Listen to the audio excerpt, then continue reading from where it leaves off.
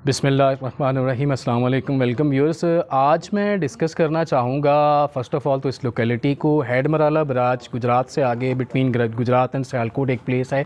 ये पीछे मेरे हेडमराला बराज है और इसके साथ ये एक पिकनिक पॉइंट बना हुआ है जिसमें मैं इस वक्त बैठा हुआ हूँ।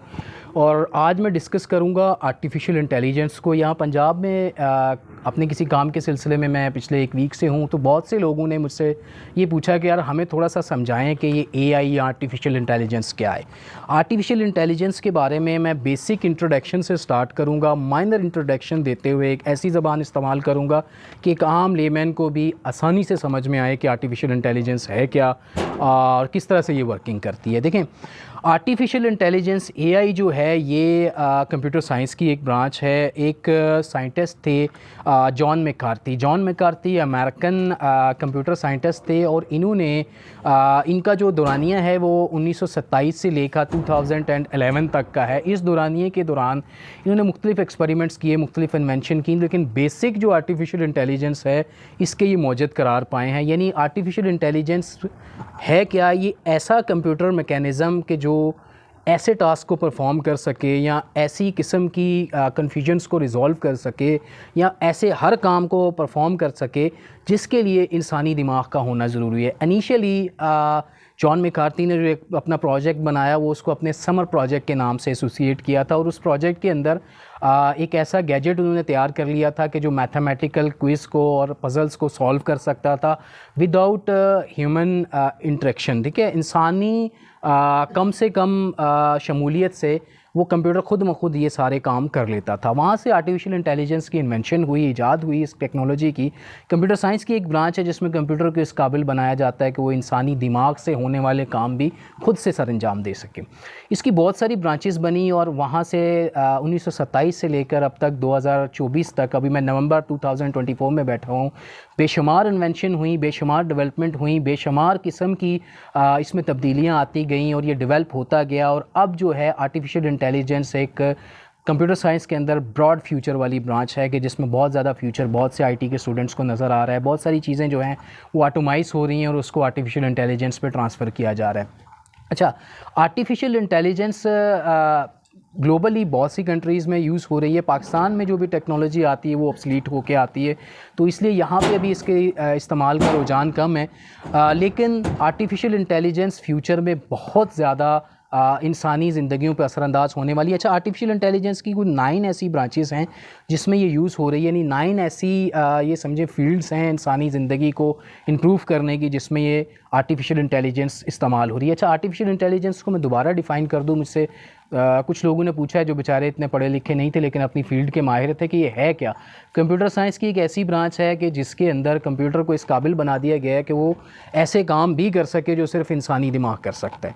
ह्यूमन ब्रेन की जो कैपेबिलिटी है वैसी कैपेबिलिटी डेवलप हो जाए, यानी इंसानी दिमाग जो फ़ैसले ले सकता है, जो कैलकुलेशंस कर सकता है, जो काम कर सकता है, वो कंप्यूटर भी कर दे। और ऐसी टेक्नोलॉजी को हम आर्टिफिशियल इंटेलिजेंस कहते हैं, सहरा में एआई कहा जाता है स्मॉल फॉर्म में। अच्छा, 9 मुख्तलिफ ऐसी फील्ड्स हैं जिसमें पाकिस्तान में भी और दुनिया भर में आर्टिफिशियल इंटेलिजेंस का इस्तेमाल अब हो रहा है।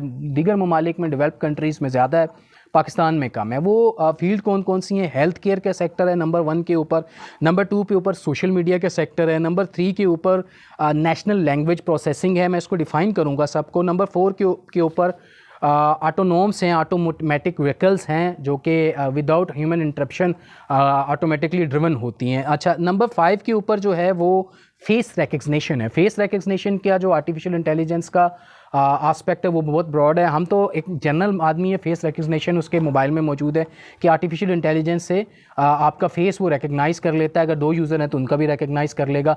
फेस रिकग्निशन के बाद आ जाता है गूगल मैपिंग, जो हम मैप देखते हैं, जो हम रास्ते देखते हैं 360 व्यू और पैनोरामिक जो शॉट्स आते हैं हमारे पास रोड्स के, रास्तों के, ये एक पूरी फील्ड है आर्टिफिशियल इंटेलिजेंस की। अच्छा, मैंने डिस्कस किया 6 के ऊपर मैप्स को, 7 के ऊपर 6 के ऊपर मैंने गूगल मैप्स को डिस्कस किया, 7 के ऊपर रोबोटिक्स है।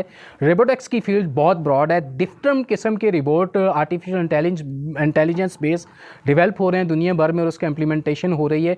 और रोबोटिक्स को मैं थोड़ा सा डिफ़ाइन करूँगा जब प्रॉपर इनकी डिफिनेशन पे आता है। 9वीं फील्ड मैंने डिस्कस की।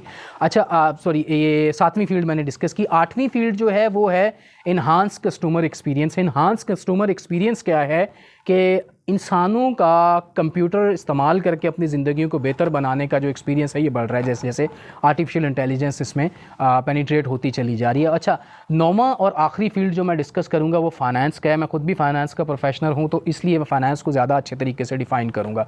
अच्छा, हेल्थ केयर नंबर 1 पे मैंने बोला हेल्थ केयर सेक्टर के अंदर आर्टिफिशियल इंटेलिजेंस जो है वो तकरीबन 3 मेजर रोल्स प्ले कर रही है। एक तो पेशेंट हिस्ट्री आर्टिफिशियली जनरेट हो रही है, जहाँ जहाँ से वो कोई रिपोर्ट्स करवा रहा है, जो चीज़ें करवा रहा है वो इसको लिंक करके एक रिपोर्ट जनरेट करता है एआई का इंजन ऑटोमेटिकली कि इस पेशेंट के साथ ये डिज़ीज़ हुई, ये मेडिसिन इसने यूज़ की, इतना अरसा ये हिल रहा, इतना अरसा ये फिट रहा, उसकी पूरी जो हिस्ट्री है उसको आर्टिफिशियल इंटेलिजेंस के ज़रिए समराइज़ करके एक प्रिसाइज समरी निकाली जाती है। इसके अलावा हेल्थ केयर के अंदर जो डिजीज़ की सबसे पहले डायग्नोस के बाद उसका जो ट्रीटमेंट है, इसका जो पूरा फार्मूला है वो फार्मूला आर्टिफिशियल इंटेलिजेंस के आने के बाद बहुत ज़्यादा डेवलप हो चुका है। यानी ग्लोबली दुनिया भर के अंदर अगर कोई चीज़ इन्वेंट होती है मेडिकली, तो एआई के ज़रिए ना सिर्फ ये कि उसको फैला दिया जाता है बल्कि उसमें मज़ीद इम्प्रूवमेंट लेके आते हैं। यानी मेडिकल साइंसेज़ के अंदर अगर कोई एक रिसर्च हो रही है, कनाडा में एक रिसर्च हो रही है, यूके के अंदर एक रिसर्च हो रही है, पंजाब में लाहौर के अंदर, तो इन सबको कंबाइन करके एक जगह पे एक डेटा को कंपाइल करके एक फ़ाइनल रिज़ल्ट निकाला जाता है। किसी भी मेडिस्कोपिया के लिए वो रिज़ल्ट बड़ा अहम होता है कि उसकी बेसिस पे वो मेडिसिन प्रिपेयर करते हैं, प्रिकॉशन और क्योर की जो जितनी भी स्टेप्स हैं वो लेते हैं उस डेटा की बेसिस के ऊपर। तो वो डेटा जो कलेक्ट होता है वो आर्टिफिशियल इंटेलिजेंस के ज़रिए उसकी कंपाइलिंग ईजी हो जाती है। ना सिर्फ ये कि कंपाइलिंग ईजी हो जाती है बल्कि इसको प्रिसाइज़ वे में फॉरवर्ड किया जाता है और एक कंबाइंड सिचुएशन चल रही होती है कि पूरी दुनिया में अगर एक डिज़ीज़ है, लेट्स सपोज के पोलियो एक डिज़ीज़ थी, जिस तरह से उसकी वैक्सीनेशन बनी, दुनिया भर में वैक्सीनेशन स्टार्ट हुई, आस्ते आस्ते उस डिज़ीज़ से इंसानियत जो है बाहर आ रही है। इसी तरह बहुत सारी डिजीज़ पे ग्लोबली काम हो रहा है। तो इसके पीछे आर्टिफिशियल इंटेलिजेंस के इंजन्स काम कर रहे हैं। कहीं पे कोई डिटेक्शन होती है, कहीं पे कोई किसी किस्म का पर्टिकुलर वायरस डिटेक्ट होता है या कोई भी ऐसी चीज़ होती है कि जो मेडिकली सपोर्टिव है इंसानी ज़िंदगी को बेहतर बनाने के लिए, कोई ट्रीटमेंट है, कोई क्योर है, तो उसको आर्टिफिशियल इंटेलिजेंस के ज़रिए ना सिर्फ ये कि रिसर्च का हिस्सा बना लिया जाता है बल्कि उससे पॉजिटिव रिजल्ट्स को निकाल के दुनिया में स्पेंड भी किया जाता है। अच्छा, अब आ जाते हैं सेकंड फील्ड के ऊपर। सोशल मीडिया की फील्ड में आर्टिफिशियल इंटेलिजेंस का बहुत इस्तेमाल हो रहा है। सोशल मीडिया की फील्ड ऐसी फील्ड है कि जिसमें आप डेटा कंटेंट बनाते हैं और उस कंटेंट को वर्चुअल कम्युनिटीज़ के साथ एक्सचेंज करते हैं। मल्टीपल हो सकता है, एंटरटेनिंग हो सकता है, एडवर्टाइजिंग हो सकता है, इन्फॉर्मेशन से रिलेटेड हो सकता है। बहुत सारे प्लेटफॉर्म है, यूट्यूब भी उसका प्लेटफॉर्म है, टिकटॉक भी उसका प्लेटफॉर्म है, इंस्टाग्राम भी उसका प्लेटफॉर्म है और मैनी अदर्स, बहुत सारे प्लेटफॉर्म हैं जिसके ऊपर आप डेटा को शॉर्ट ये समझिए कि वीडियोस के अंदर या लॉन्ग वीडियोस के अंदर पूरी दुनिया से कम्युनिकेट कर सकते हैं, वर्चुअल कम्युनिटीज़ के साथ कम्युनिकेट कर सकते हैं। यहाँ मैं एक चीज़ आर्टिफिशियल इंटेलिजेंस के बारे में बताता चलूँ कि एक एग्जांपल कोट करते हैं। लेट्स सपोज मैं एक टूथपेस्ट प्रोड्यूस करता हूँ, कोई ऑर्गेनिक प्रोडक्ट ऐसा मैं प्रोड्यूस करता हूँ, एक टूथपेस्ट बनाता हूँ और मैं चाहता हूँ कि इसका एक ऐड होना चाहिए और उस ऐड को मुझे मार्केट करना है पूरी दुनिया पे। उस ऐड की पब्लिसिटी के लिए अपनी प्रोडक्ट की मैं वो ऐड बनाना चाहता हूँ और मेरा ये एम है कि यार मैं इसमें ना शाहरुख खान को कास्ट करूँ।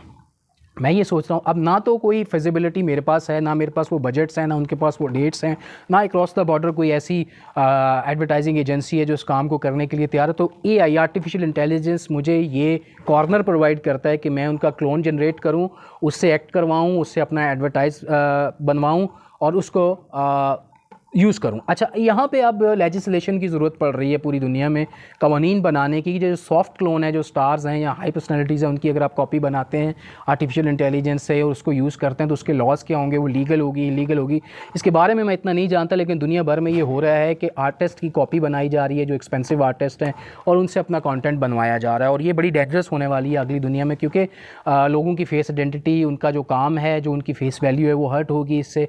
यानी उनकी जो ये समझिए कि कॉपीराइट के बहुत ज़्यादा इशू आएंगे दुनिया भर में और आ भी रहे हैं। इसके साथ साथ सोशल मीडिया में ये है कि आप अपने मैसेज को कन्वे कर सकते हैं मल्टीपल पीपल्स के साथ, वर्चुअल जितनी भी कम्युनिटीज़ हैं दुनिया भर में उनसे अट्रैक्ट कर सकते हैं। सोशल मीडिया के बाद नेशनल लैंग्वेज प्रोसेसिंग, ये जो तीसरी फील्ड है आर्टिफिशियल इंटेलिजेंस की, नेशनल लैंग्वेज प्रोसेसिंग, इसमें दुनिया भर की लैंग्वेज को प्रोसेस करता है आपका एआई का इंजन और एआई का इंजन उसको प्रोसेस करके आपके रिक्वायर्ड रिजल्ट देता है। लेट्स सपोज कि आप अगर चाइना में डील कर रहे हैं, आपने कुछ इंपोर्ट करना है और किसी चाइनीज़ से आपकी डील हो रही है और चाइनीज़ लैंग्वेज में अगर कुछ आ रहा है, प्रोडक्ट की जस्टिफिकेशन आ रही है या MSDS आ रहा है, उसका मटेरियल डेटा शीट आ रही है, कुछ भी आ रहा है और उसको आप कन्वर्ट करना चाह रहे हैं, समझना चाह रहे हैं, इंग्लिश में कन्वर्ट करके समझना चाह रहे हैं, तो उसके लिए फिजिबल एटमॉस्फेयर है कि आप आर्टिफिशियल इंटेलिजेंस के ज़रिए उस लैंग्वेज को ट्रांसलेट करें। और इसके अलावा भी मल्टीपल पीपल से आप कम्युनिकेट कर सकते हैं उनकी ज़बान में। कोई कोरियन आपसे बात करता है तो आप उसका रिप्लाई उसको इंग्लिश में कन्वर्ट करके या उर्दू में कन्वर्ट करके समझ के उसको रिप्लाई दे सकते हैं। तो ये सारा जो है नेचुरल लैंग्वेज प्रोसेसिंग का जो आस्पेक्ट है, ये सारा AI से गवर्न हो रहा है। आर्टिफिशियल इंटेलिजेंस के इंजन इसको जो है वो परफॉर्म कर रहे हैं इस टास्क को। और दुनिया भर में ये बनी नौ इंसानियत के लिए बहुत ज़्यादा एक बेस्ट इन्वेंशन है कि लोग आपस में कम्युनिकेट कर रहे हैं। कहा जाता है ना, दुनिया जो है इस वक्त ग्लोबल वर्ल्ड बन गई है। मैं इस वक्त हैडमराला में बैठा हुआ हूँ, मराला बराज के पास, और ये वीडियो शूट कर रहा हूँ और दुनिया भर में इसको देखा जा सकता है। तो ये अगर मेरी लैंग्वेज कोई नहीं समझता तो उसको ट्रांसलेट करके भी समझ सकता है। तो ये जो एक वुसअत दी है ये आर्टिफिशियल इंटेलिजेंस ने हमें दी है। अच्छा, फोर्थ पे आ जाती है आर्टिफिशियल इंटेलिजेंस की वो ब्रांच जिसमें ऑटोनोमस व्हीकल्स हैं, ऑटोमेटिक व्हीकल्स हैं। ऐसी व्हीकल्स के जिसमें इंसानी मुदाखलत कम है या नहीं है। जैसे ऑटोमेटिक टैक्सी दुबई ने लॉन्च किए, उसके प्रैक्टिकल्स हो रहे हैं। पाकिस्तान में तो अभी नहीं हुई, कराची में 1-2 एक्सपेरिमेंट हुआ है। इस कैनेडी यूनिवर्सिटी के कुछ स्टूडेंट्स ने एक एक्सपेरिमेंट किया है इस पर कि कुछ उन्होंने गैजेट ऐसे बनाए हैं कि जिससे ऑटोमेटिकली गाड़ी को ड्राइव किया जा सके। लेकिन वेस्ट में जैसे टेस्ला है तो वो अपनी व्हीकल्स जो है वो ऑटोमेटिक कंट्रोल्ड व्हीकल्स आके बना रहे हैं कि यानी इसमें ड्राइवर की ज़रूरत नहीं, आप अपनी डेस्टिनेशन डालें। डेस्टिनेशन को जैसे मैंने कहा कि गूगल मैपिंग के ज़रिए ही वो रीड करेगा विदाउट ह्यूमन इंटरफेयर, किसी भी इंसान की इंटरफेयर के बगैर वो एक स्टॉप से इंसान को लेके दूसरे स्टॉप पे ड्रॉप कर देगा। तो ये आर्टिफिशियल इंटेलिजेंस का चौथा और सबसे अहम पार्ट है। और ये जो ऑटोमेटाइजेशन हो रही है, ये ना सिर्फ ये कि फुली ऑटोमेटिक बल्कि सेमी ऑटोमेटिक गाड़ियाँ भी आ रही हैं जिसमें बहुत सारी चीज़ें हैं, जिसमें लाइन एडजस्टमेंट है, आपका रिवर्स है और सारी चीज़ों को ऑटो पार्किंग है, ऑटो पायलट है। ये सारी चीज़ें जो हैं ये ऑटोमेटिक व्हीकल्स जो हैं आर्टिफिशियल इंटेलिजेंस पे बेस करती हैं और इनको इनपुट अपने कैमराज से, अपने सेंसर से मिलता है और उसके आउटपुट में वो व्हीकल को कंट्रोल करती हैं। ये चौथा अहम पार्ट है आर्टिफिशियल इंटेलिजेंस का जो दुनिया में यूज़ हो रहा है, पाकिस्तान में भी। अच्छा, इसके बाद हम आ जाते हैं फिफ्थ वन पे। पांचवा जो आस्पेक्ट है वो है फेस रिकग्निशन। मैंने लिस्ट में भी बताया था। अच्छा, फेस रिकग्निशन हमारे पास जनरली तो हम मोबाइल के फेस के सामने अपना फेस करते हैं तो हमारा मोबाइल ओपन हो जाता है और जनरली लोग इससे अवेयर हैं कि फेस रिकग्निशन होती है। फिर entrance and exit control system में बायोमेट्रिक अटेंडेंस के साथ साथ फेस बेस्ड अटेंडेंस भी आ गई और ये मशीनें लगी हुई हैं, पाकिस्तान भर में हो रही हैं। लेकिन फेस रिकग्निशन का इंटरनेशनली जो यूज़ आगे होगा आर्टिफिशियल इंटेलिजेंस के अंदर वो बहुत कमाल का होगा। वो क्या होगा? वो ये होगा कि जिस तरह से हम जब मूव करते हैं अपनी कंट्री से कहीं जाते हैं और जहाँ भी जाके हम लैंड करते हैं तो फिर वहाँ पे एविएशन अलग है, कस्टम अलग है, मुख्तलिफ काउंटर्स हैं, वहाँ से हमारी क्लियरेंस होती है, हम अपना सामान लेते हैं, बाहर निकलते हैं। तो फ्यूचर में ये हो जाएगा कि आर्टिफिशियली हमारे फेस को रीड करेगा एक सिर्फ रिपोर्ट और वो हमें बोर्डिंग पास दे देगा और आर्टिफिशियली ही हमें रीड करके एनओसी दे देगा, आगे जाने की बोर्डिंग पास दे देगा। ये दुनिया भर में हो रहा है और पाकिस्तान में भी हो सकता है कि जल्द ये चीज़ आ जाए। तो ये फेस रिकग्निशन जो है टोटली आर्टिफिशियल इंटेलिजेंस इसको कंट्रोल कर रही होती है पीछे। जो छठी फील्ड है इसकी गूगल मैपिंग। इसमें क्या होता है कि गूगल मैपिंग में पूरी दुनिया की ग्लोबल इमेज होती हैं गूगल के पास और एप्लीकेशन बेस वो अलो करता है। सब लोग जानते हैं कि गूगल मैपिंग से जो भी लोग अपना रास्ता तय करते हैं उससे हवाले से उनको पहले से जो इंडिकेशंस मिलती हैं। यहाँ मैं एक चीज़ बताता चलूँ कि ट्रैफिक की इंडिकेशन कराची में बहुत से लोग देखते हैं कि ये रोड अभी जैम है, अभी खुला हुआ है, अभी वो इंडिकेशंस कैसे आ रही होती हैं, कौन सा ऐसा एक्सेस होता है। तो इसमें जितने लोग वहाँ पर सेलफोन लेके वहाँ पर ट्रैवल कर रहे हैं, जिनकी पॉकेट्स में सेलफोन है, तो ये गूगल मैपिंग ही उन सेलफोन्स के स्ट्रक होने पर रेड मार्क करती है। टोटली आर्टिफिशियल इंटेलिजेंस के यहाँ लोग बहुत सारे जाम है तो ये ट्रैफिक जैम है। तो गूगल मैपिंग सिर्फ रास्ते नहीं बताता, गूगल मैपिंग आपके बहुत से मसाइल को हल करता है, बहुत से रूट्स आपको बताने के साथ साथ अब इसके अंदर एक पूरी फील्ड है जिसको हम रिमोट सेंसिस के नाम से लेते हैं। यूनिवर्सिटी ऑफ गुजरात जो है इसमें मास्टर्स भी करवा रहा है रिमोट सेंसिस के अंदर। रिमोट सेंसिस क्या है कि अगर एक प्रोजेक्ट हमने यहाँ हैडमराला में बनाना है तो हम इसका पूरा मैप जो है वो कराची में बैठ के डिज़ाइन कर सकते हैं। इसकी सारी डायमेंशन हमारे पास हो तो आर्किटेक्ट कराची में बैठ के वर्क कर सकते हैं। तो गूगल मैप और जितनी डायमेंशंस हैं लैंड की और जितने रास्ते हैं, जितने रूट्स हैं, इन सब की इंटीग्रेशन, इन सब के किलोमीटर्स, इनके सब के ऊपर मौजूदा स्पॉट्स, इन सब की कैलकुलेशन निकालती है ये आर्टिफिशियल इंटेलिजेंस और इंसानी ज़िंदगी को आसान करती है, इंसान को प्रोवाइड करती है और उसके बेसिस पे इंसान डिसीजन लेता है और अपने ट्रैवल रूट्स को मुंतखब करता है या अपने डिस्टेंस को तय करता है। या कहीं जाना है तो उसको सिर्फ एड्रेस जानना नहीं होता बल्कि सराउंडिंग में क्या है ये भी उसको पता चल जाता है। अच्छा, अब सातवीं और सेकंड लास्ट जो फील्ड है वो रोबोटिक्स है, थर्ड लास्ट। रोबोटिक्स इतनी वास्ट फील्ड है कि इस पर बात की जाए तो 3 घंटे भी बात कम है। इंडस्ट्रीज़ में मल्टीपल काइंड के रिपोर्ट्स डेली बेसिस पे काम कर रहे होते हैं, जिसमें पैकेजिंग के भी रिपोर्ट्स हैं, फार्मूलेशन के भी रिपोर्ट्स हैं, फार्मा सेक्टर के अंदर मेडिसिन के अंदर रॉ मटेरियल किस किस कंपोजिशन से ऐड करना है, किस तरह ब्लेंड करना है, किस तरह पैक करना है। इसमें अब मैक्सिमम रिपोर्ट्स की मुदाखलत शुरू हो गई है और रिपोर्ट्स को जो इनपुट दिया जाएगा उसके मुताबिक एज इट इज़ वो आउटपुट देंगे, जो कि बनने वाली मेडिसिन की हेल्थ के लिए बहुत अच्छा होगा। उन मेडिसिन के अंदर कंपोजिशन का कोई ह्यूमन एरर कुछ नहीं आ सकता। तो इसके अलावा जो रिपोर्ट्स हैं, रिपोर्टिक्स की फील्ड इतनी ब्रॉड है कि एविएशन से लेकर आपका जो है ट्रैवलिंग से लेकर पैकेजिंग तक, मैन्युफैक्चरिंग से लेकर ट्रेडिंग तक, हर जगह रोबोटिक्स काम कर रही है। तो रोबोटिक्स एक बहुत फास्ट फील्ड है और आने वाले दौर में रोबोटिक्स की फील्ड बहुत तरक्की करेगी। अच्छा, अब जो है ना 8वीं और सेकंड लास्ट जो टाइप थी आर्टिफिशियल इंटेलिजेंस की, इन्हांस कस्टमर एक्सपीरियंस, वो क्या है कि लोगों का जो एक्सपीरियंस है आईटी को, कंप्यूटर को, गैजेट्स को, मोबाइल को यूज़ करने का, वो आर्टिफिशियल इंटेलिजेंस के आने के बाद बढ़ रहा है। कोई एक बंदा अगर कोई एड्रेस नहीं जानता, जिसको टाइपिंग भी नहीं आती, वो वॉइस नोट भेजता है आपके एआई के आइकन को, जो मीटा का आइकन आपके व्हाट्सएप पे आ रहा है। इससे अगर आप चैट करते हैं, कुछ पूछते हैं, कोई एड्रेस पूछते हैं, कोई बात पूछते हैं, किसी वर्ड का मीनिंग पूछते हैं, तो ये विद इन सेकेंड्स आपको रिप्लाई देता है और प्रॉपर देता है। और जो आपको रिसर्च चाहिए होती है, आपको गूगल पे जाके बहुत सारी चीज़ों के अंदर रिसर्च करने की ज़रूरत नहीं, ऑटोमेटिकली जो चीज़ आपको चाहिए वो आपको सेकंड्स में आपकी स्क्रीन पे आ जाती है। तो कस्टमर एक्सपीरियंस बढ़ रहा है। इसके बाद आर्टिफिशियल इंटेलिजेंस में जो सर्वेलेंस सिक्योरिटी का एक आस्पेक्ट है कि आपके कैमरास लगे हुए हैं कराची में, आप लाहौर में मॉनिटर कर रहे हैं और आप इंस्ट्रक्शन भी दे सकते हैं, वॉइस भी सुन सकते हैं। ये सारी चीज़ें इंसान के एक्सपीरियंस को बढ़ा रही हैं, यानी उसका ट्रस्ट आईटी के ऊपर बढ़ रहा है। इसी पंजाब के अंदर आज से 14 साल पहले ऑनलाइन ट्रांजैक्शन कोई नहीं करता था, फिजिकल चेक लेके जाते थे, फिजिकली बैंक जाते थे, और आज 85% ऑफ द पीपल जो हैं वो ऑनलाइन ट्रांजैक्शंस कर रहे हैं। तो कस्टमर से एक्सपीरियंस बढ़ा, जब उनका ये यकीन और एतमाद बढ़ता जा रहा है इस टेक्नोलॉजी पे, आर्टिफिशियल इंटेलिजेंस बेस्ड टेक्नोलॉजी पे, तो बहुत अच्छे से इस पर ट्रस्ट करके काम कर रहे हैं और उनका एक्सपीरियंस बढ़ा है। अच्छा, अब 9th फील्ड है जो सबसे आखिरी, फाइनेंस की फील्ड के अंदर तबाहकुन रिजल्ट्स आ रहे हैं आर्टिफिशियल इंटेलिजेंस के यूज़ के।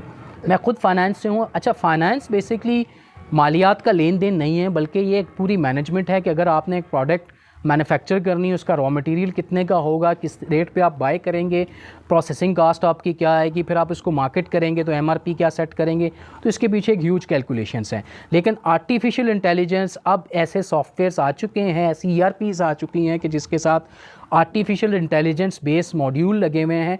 वो ऑटोमेटिकली डिसीजन लेते हैं कि अगर हम एक चीज़ की प्रोडक्शन करने जा रहे हैं और उसके रॉ मटेरियल की cost plus processing cost plus आपकी एडमिनिस्ट्रेटिव कॉस्ट प्लस आपका कमीशन, आपका उसके ऊपर जो अर्निंग है पर पीस, वो निकाल के आपकी एमआरपी क्या स्टार्ट होगी। तो आपकी एमआरपी जब उस पे निकल के आ जाएगी तो उसकी बेस पे आप डिसीजन ले सकते हैं, मार्केट कंडीशंस देख सकते हैं, और बहुत सारी चीज़ें ऐसी हैं कि जो आप फाइनेंस के अंदर कर सकते हैं। अब ऑटोमेटिकली जो है इनकम स्टेटमेंट, बैलेंस शीट्स बन रही हैं। अच्छा, ये बोट जो है इस वक्त वाटर के ऊपर फ्लोट करने वाली बोट है और यहाँ खड़ी है और इसको होल्ड किया हुआ है, अदरवाइज़ ये फ्लोट कर जाएगी आगे।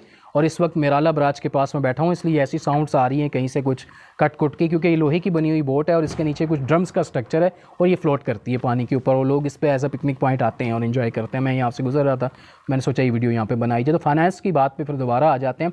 ई कॉमर्स के जो आने वाले 5 साल हैं वो ई कॉमर्स के हैं और लोगों का एक्सपीरियंस टोटली फाइनेंस के अंदर सॉफ्टवेयर बेस होगा और सॉफ्टवेयर के ज़रिए कैलकुलेशंस निकलेंगे। अच्छा, कुछ ऑर्गेनाइजेशंस ऐसी होती हैं जिसमें टैक्सेशन का कोई इशू होता है या कुछ फजूरदा तरीक़ाकार उनको चलाने पड़ते हैं, कुछ एफबीआर से रिलेटेड ऐसी चीज़ें होती हैं, तो वो चलाते हैं मैनुअली भी चीज़ों को। लेकिन अब टोटली फाइनेंस कंप्यूटराइज होने जा रहा है और आर्टिफिशियल इंटेलिजेंस के जो मॉड्यूल इसमें दोबारा शामिल हो रहे हैं, उनके शामिल होने के बाद अब जो रिज़ल्ट निकल के आएगा वो ये होगा कि टोटली जितनी भी कंट्रीज़ हैं, जैसे वेस्टर्न कंट्रीज़ में तो हो चुका है कि टैक्स फाइलिंग भी सब ऑनलाइन हो रही है, अब ऐसे सॉफ्टवेयर्स बनेंगे जो ऑर्गेनाइजेशन में लगेंगे जिसमें टैक्स कैलकुलेशन भी ऑटोमेटिक होगी, वो सबमिशन भी ऑटोमेटिक होगी, जस्ट वाउचर्स जनरेट होंगे और ऑटोमेटिकली पेमेंट्स जो हैं टैक्स की, टैक्स रिटर्न्स की, वो जाएंगी अथॉरिटीज़ को, जो फेडरल अथॉरिटीज़ हों या प्रोविंशियल अथॉरिटीज़ हों। तो आर्टिफिशियल इंटेलिजेंस को मैंने कोशिश की है कि अंग्रेज़ी भी इस्तेमाल इतनी ना की जाए, उर्दू में बात की जाए और इस तरह से बताया जाए कि ऐसी फील्ड है कंप्यूटर साइंस की जिसमें कंप्यूटर इस काबिल हो गया है कि ऐसे फैसले भी ले रहा है जिसके लिए इंसानी दिमाग का होना ज़रूरी। तो आई होप कि इस वीडियो में जो कंटेंट है उसकी कुछ समझ में आई होगी सुनने के बाद। अस्सलाम वालेकुम।